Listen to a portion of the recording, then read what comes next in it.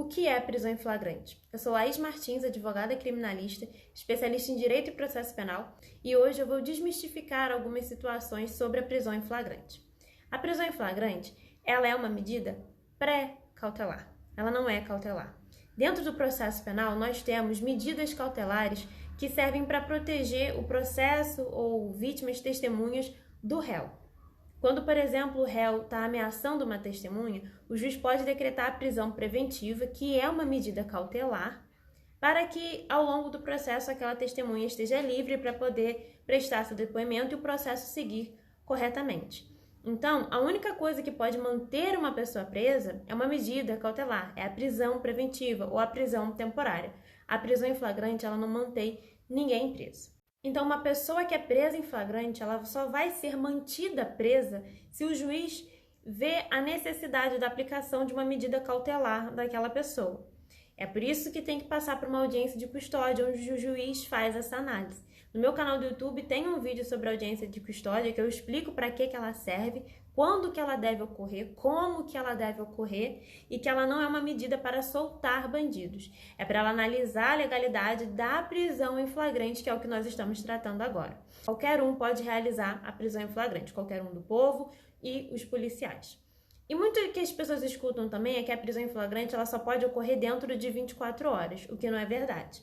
A prisão em flagrante ela pode ocorrer até meses, dias, anos, dependendo da situação. Eu sei que muitas pessoas assistem ao noticiário e veem que uma pessoa foi presa em flagrante e alguns dias ou algumas horas depois ela está solta e as pessoas acham isso um absurdo. Meu Deus, aquela pessoa acabou de ser presa, por que ela está solta? Justamente por isso, porque a prisão em flagrante ela não é uma medida cautelar que pode manter uma pessoa presa. Ela serve para, naquele momento imediato, fazer cessar uma ilegalidade que está sendo cometida por uma pessoa, para poder fazer cessar um crime que está sendo cometido. E qualquer pessoa pode realizar a prisão em flagrante. Até se você estiver passando na rua e ver um cara furtando outra pessoa, você pode ali interromper aquele crime de furto. Mas a prisão em flagrante ela serve para isso, para poder fazer cessar essa invasão ao bem jurídico tutelado. Eu não sei se vocês se lembram do Lázaro, que ficou conhecido como serial killer aqui no nosso país. No momento em que ele foi preso, se ele não tivesse morrido, a prisão dele seria em flagrante, não só porque ele estava cometendo diversos crimes um atrás do outro, mas porque a partir do momento que ele cometeu um crime, a polícia já foi perseguindo ele até encontrar.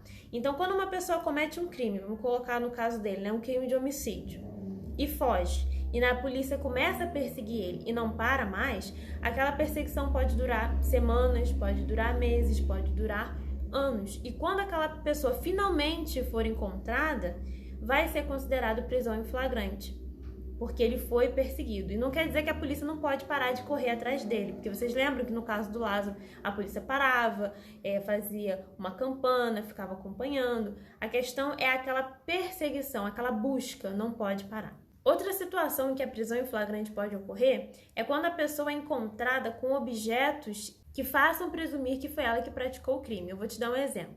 Você vê ali uma pessoa morta e tem buracos de facada na roupa dela.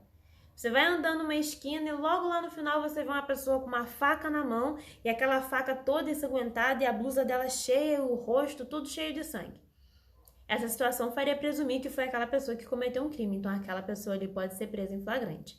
Agora eu quero deixar aqui bem claro que muitos doutrinadores brasileiros têm uma crítica muito grande a essa situação prevista no nosso Código de Processo Penal, porque é um pouco complicado a gente justificar a prisão de uma pessoa em uma simples presunção.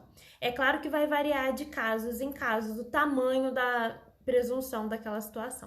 Para os advogados que querem se aprofundar no estudo da prisão em flagrante, eu recomendo uma leitura minuciosa do artigo 301 e 302 do Código de Processo Penal, que tratam das situações de flagrância. Porque a prisão em flagrante ela é algo que é da rotina do advogado criminalista, nós temos que estar 100% preparados. E muitas das vezes, antes de buscarmos um relaxamento de prisão ou uma liberdade provisória, é muito importante analisar bem para ver se a situação na qual o seu cliente foi preso em flagrante realmente se encaixa na hipótese de prisão em flagrante do artigo 302 do Código de Processo Penal. A legislação, ela é base da atuação de um advogado criminalista. A gente tem que ter muita atenção à legislação. Primeiro, a gente lê muito bem a legislação, porque de lá a gente pode retirar diversas teses defensivas. E depois a gente busca outras teses analisando provas, analisando nulidades, analisando doutrinas e analisando jurisprudência. Mas o primeiro passo deve ser, principalmente nos casos dos crimes, da criminal, a gente tem que analisar muito bem os verbos, cada linha, cada letra, cada vírgula que está escrito naquele crime, que está descrevendo aquele crime. E eu não digo para o criminalista estudar da forma como um concurseiro estuda, porque a gente não precisa gravar a legislação. A gente tem acesso ao vade-mecum a qualquer momento, mas o nosso olhar tem que ser muito clínico. Até o próximo vídeo.